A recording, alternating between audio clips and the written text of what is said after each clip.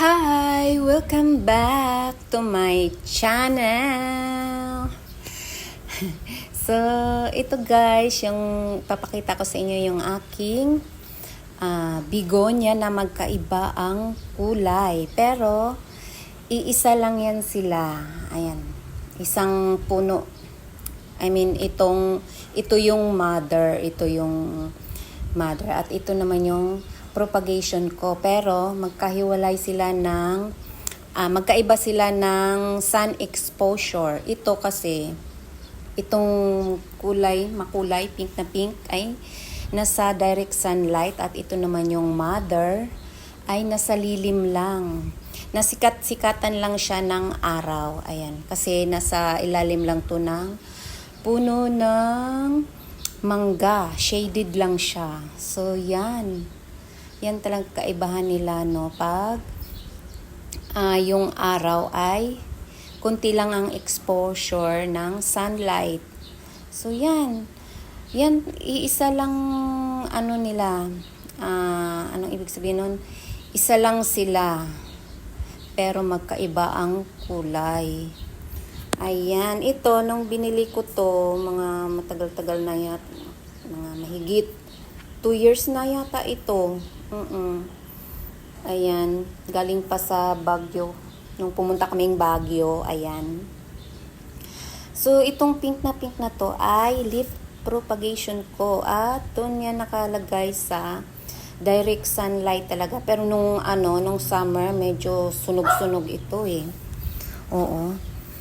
Kasi nga super ang tindi talaga ng araw nung summer, 'di ba? So ngayon tag-ulan, ayan, wala siyang okay na yung kanyang dahon. So yan, 'di ba, ganda ng kanyang dahon pag naka direct sunlight. Tapos ang lalaki ng dahon niya, oh.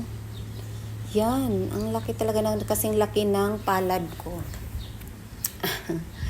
At ito naman, yung ko, bakit malit ang dahon nito?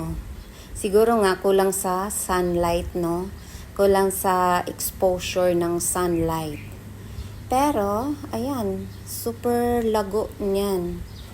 Ayan, di ko lang bang ID nito. Nakalimutan ko yung ID niya.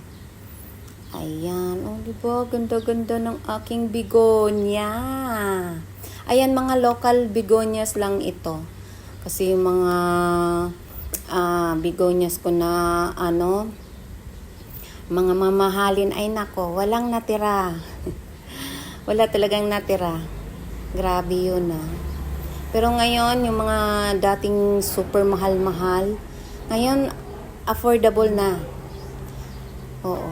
Pero hindi pa rin ako bibili kasi ang hirap nila alagaan. Di katulad nitong mga local na begonias natin ay, ayan. Yan lang silang, nagtatagal talaga sa akin.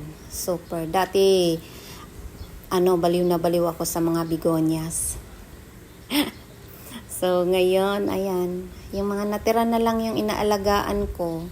Ayan, yung mga hindi nang iiwan. So, yan. So, hindi ko talaga alam ang ID nito. Itong begonia na to. So, may pusa kasi dyan. Nakikisali. So, ang pala nito guys, yung aking potting mix ay pang succulents din. Ayan Pang cactus and succulents yung aking potting mix dyan. Yan. Pero yung iba, halo, may lupa and coco. Ay, hindi. Ano ba to? Rice hull.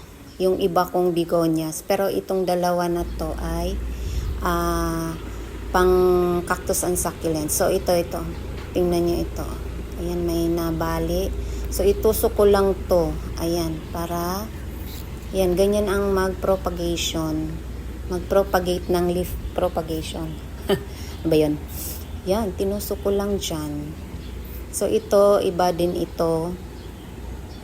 Ayan. Ito mga begonias na local lang. Ayan, tagal-tagal na nito. Yan ang mga hindi nang iiwan talaga. So, dami ko na rin propagation nito. Ayan, tanggal natin ang mga lumang dahon. So, yan. Oh, mga malalago na sila. Dito lang yan sila sa puno ng mangga. Sa ilalim ng puno ng mangga. Ayan, shaded ito. Yan, ito yung aking Martin Mystery. So, yan. Dami ko na rin tong na-propagate at naipamigay na rin. So, ito, ayan dyan ko yung nilagay. Nasa lilim lang. Ito, propagation. Maganda ngayon mag-leaf propagation kasi tag-ulan, umuulan. Pag tag-init, hindi nagsasucess yung aking leaf propagation eh. Ayan, mga leaf propagation ko yon. So, yan lang guys. At ito pa pala, meron ako dito.